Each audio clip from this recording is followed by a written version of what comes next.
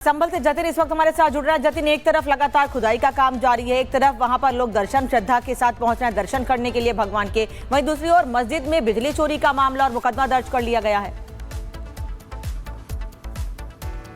आज बिल्कुल देखिए, और इस बिजली चोरी के मामले में जो मौजूदा सांसद है जियाउर रहमान, वो भी कहीं ना कहीं गिरे हैं, उनके खिलाफ भी एफआईआर दर्ज की गई है। लेकिन कल भी इसी तरीके का ड्राइव दीपासरा इलाके में चला, और दीपासरा इलाके में जब ये ड्राइव चला तो पता लगा कि एक और मस्जिद वहां पर ऐसी मिली जिससे बिजली चोरी जो है वो की जा रही थी, और साथ ही इस मामले में 9 लोगों को और गिरफ्तार किया गया है। 9 लोग वो है जो अपने घरों में जो बिजली चोरी है उसका इस्तेमाल कर रहे थे। हालांकि इस तरीके की ड्राइव को लेकर एडमिनिस्ट्रेशन लगातार जो है वो कदम उठा रहा है, लेकिन दीपासरा इलाके की बात करें तो इस इलाके में बीते दिनों जिस तरीके से ड्राइव चलाई गई उसको देखते हुए अभी जो जानकारी मिल रही है, तकरीबन 40% का जो बिजली लोड है वो कहीं ना कहीं एडमिनिस्ट्रेशन को इसकी राहत मिली है, और ये वो लोड था जो कि लोगों द्वारा चोरी किया जा रहा था। इसी को लेकर एडमिनिस्ट्रेशन सख्ती से काम करता हुआ नजर आ रहा है। दूसरी तरफ जो संभल के इतिहास है, उसकी जो प्राचीन स्मारकें हैं, उसको लेकर एडमिनिस्ट्रेशन सख्त है। बिजली अभियान यहाँ पर चलाया जा रहा है कि जितनी बिजली की चोरी है उसको लेकर कार्रवाई की जाए, और जो भी चाहे वो मस्जिद हो, लोगों के घर हो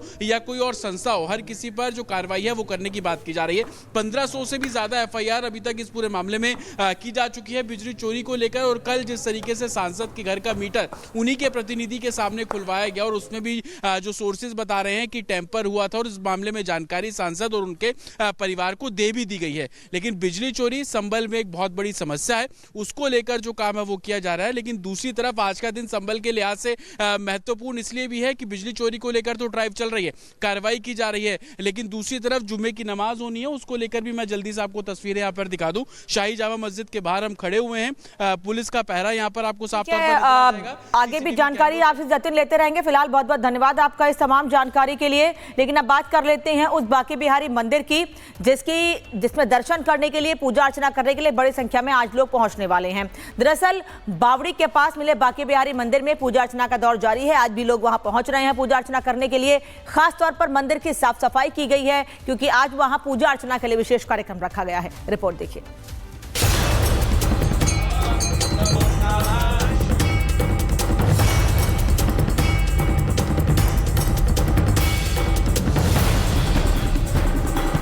ये ऐसे ही ढूंढते रहेंगे, खोदते खोदते एक दिन अपनी सरकार को भी खोद देंगे। आपकी बात को मानते हैं कि मंदिर को आपने छेड़ा नहीं, आपने बड़ी कृपा कर दी, लेकिन ये जो 22 कुएं और उन कुओं में जो मूर्तियां मिल रही हैं, ये कुएं किसने पाल दी?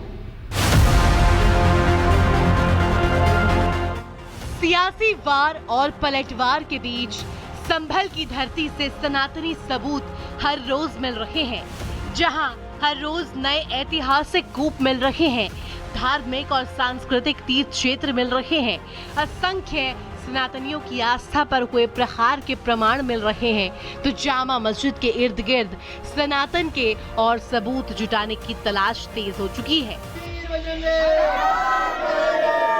इसी गलियारे में कहा जा रहा है कि राज परिवार के लोग, उनकी सेनाएं यहाँ पर आकर विश्राम करती थी। यही नहीं, एएसआई की टीम यहाँ पर लगातार पहुंच रही है, लगातार वीडियोग्राफी कर रही है। वीडियोग्राफी के साथ ही साथ अब पूरे इस इमारत की कार्बन डेटिंग की जा रही है कि आखिर ये पूरी इमारतों के पत्थर, यहाँ का ढांचा आखिर कितना पुराना है, कौन सी वस्तुओं का निर्माण किया गया है इसको बनाने में। वीडियोग्राफी की प्रक्रिया लगातार जारी है। तमाम अधिकारी देखिए अभी भी अंदर पहुंचे हुए हैं, और सामने आपको सुरंग की देखिए तस्वीर भी दिखाई दे रही है यहाँ साफ तौर पर, जो कि इस छोर से खत्म होकर अगले छोर से यहाँ पर निकलती है ये गलियारे। और यही नहीं, अंदर जो है अन्य जो सुरंगें उसकी भी खुदाई इस समय जारी है। तमाम अंदर अधिकारी जो अभी भी इस पूरे बावड़ी की वीडियोग्राफी कर रहे हैं कि आखिर कैसे इसकी पूरी जांच की जाए। चंदौसी में जिस 150 साल पुरानी बावड़ी की खुदाई जोरों से चल रही है, इसका जिक्र इतिहास में भी मिलता है। बताया जाता है लक्ष्मणगंज क्षेत्र में खुदाई के दौरान मिली 150 साल पुरानी बावड़ी रानी सुरेंद्र बाला की है। दावा किया जा रहा है कि ये बावड़ी 1857 में यहाँ के राजा ने रानी सुरेंद्र बाला के लिए बनवाई थी, और इस बावड़ी में राजा की सेना रुकती थी। शक संवत 987 ईस्वी के नक्शे में संभल तीर्थ क्षेत्र में पूरी लिस्ट है, जिसके मुताबिक संभल में 68 तीर्थ क्षेत्र है, जिनमें से कुछ तो मिल गए हैं और कुछ अभी भी मिट्टी के नीचे दबे हैं। एएसआई की टीम को अब तक संभल में जामा मस्जिद के पास शिव मंदिर का पता चला है। बांके बिहारी मंदिर मिल चुका है। मृत्यु कूप का पता चला है। रानी की बावड़ी मिल चुकी है। पृथ्वीराज चौहान की बावड़ी भी मिली है। एक एक ऐतिहासिक और तीर्थ क्षेत्र की पड़ताल की जा रही है, क्योंकि स्कंद पुराण में भी 68 तीर्थ क्षेत्रों के अलावा 19 कूपों का भी जिक्र है। ये कूप हरि मंदिर, कल्की मंदिर और हवन कुंड के आसपास है। अब सैकड़ों साल पुराने संभल के मानचित्र को आधार बनाकर इन तीर्थ क्षेत्रों की तलाश की जा रही है। स्कंद पुराण में 19 कूप और 68 तीर्थ का जिक्र है। प्रशासन इन सभी तीर्थ को रिवाइव करने की कोशिश में जुटा हुआ है।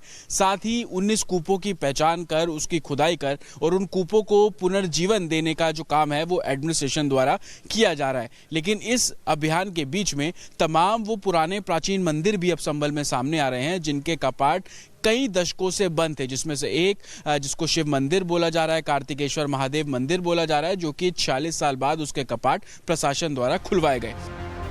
संभल में लगातार पौराणिक प्रमाण मिल रहे हैं।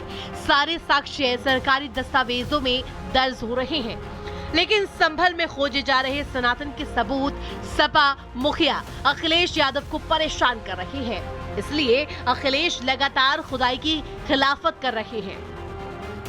यहाँ अगर खोद दो तो न जाने क्या मिले। कई ऐसे भाजपा के नेता हैं, उनके घर खुद जाए तो न जाने क्या मिलेगा उसके अंदर।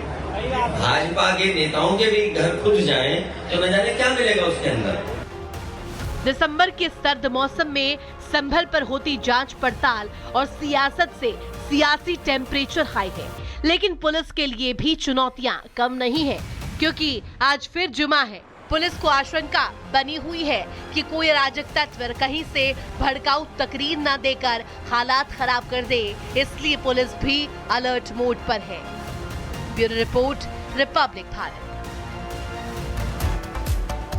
चलिए आगे बढ़ेंगे और अब बात करेंगे पाकिस्तान वर्सेस तालिबान की, क्योंकि दोनों के ही बीच अब जंग और ज्यादा गहरी होती हुई नजर आ रही है, क्योंकि तालिबान ने पाकिस्तान को चेतावनी दे दी है। यानी कि तालिबान पाकिस्तान के लिए जंग के लिए तैयार पूरी तरीके से नजर आ रहा है।